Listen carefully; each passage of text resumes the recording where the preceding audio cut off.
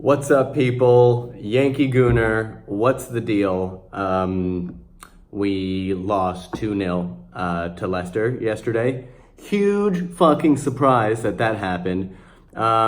Perfectly according to plan. If you guys watched my preview of the game, you would see that I had zero confidence in us getting even a point out of the game, though I was hopeful that maybe the players would fight for the manager. And it looked like they actually did for a little bit there. For the first 60 minutes or so, we were in the game, but again, that the ball movement's not there, the swagger's not there, the confidence isn't there, and as a team and a club that's built upon, that free-flowing attacking football, when that's not clicking, our chances of doing anything on the pitch are just basically zero. So there we are.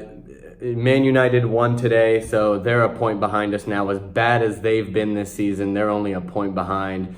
The gap in the teams in front of us continue. We are in really big trouble. And the thing that is the most concerning is if we don't get into the Champions League this year, I fear that we're gonna slip deeper and deeper down into the abyss. And I'm typically a really positive person, and I feel that we can always scrape out of whatever terrible situations we're in, but things look really fucking bleak right now.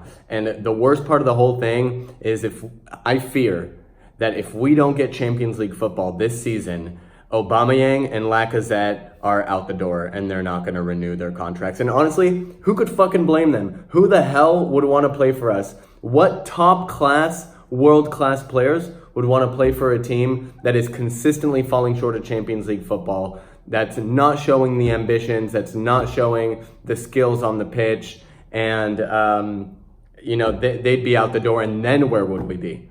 Like, that's really the most worrying and scary thing for me, is the fact that we're going to lose our best players, and it's going to be very difficult to bring new for-like replacements. Virtually impossible to do that. So fearing the worst right now, and it's not a good feeling at all. So in terms of the game itself, we actually had some pretty decent opportunities. Aubameyang scored, but was in an offside position. You can't really complain about that. Overall, Leicester was the much better team. They controlled the game much better. They were more threatening, although again, we had good chances, but we just weren't clinical up top. And that's the way it goes. Some question marks on why Tierney didn't start again, why Pepe didn't start again. Most annoyingly, why the fuck, when we're down 1-0 with 20 minutes left, and we're still not bringing Pepe on? Why did it take him so long to bring on Pepe? We need to score goals. We need to get back in the game. And you're not making any changes.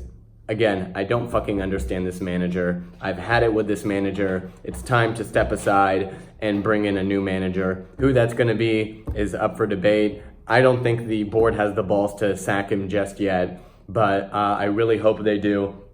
Anyone talking about Mourinho coming in, seriously, shut the fuck up. Okay, I don't want to hear another word about Mourinho coming in as manager.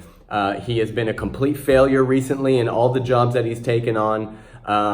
He's taken almost every opportunity he can to disrespect Arsenal, to disrespect our longest standing manager in Arsene Wenger. The man is classless.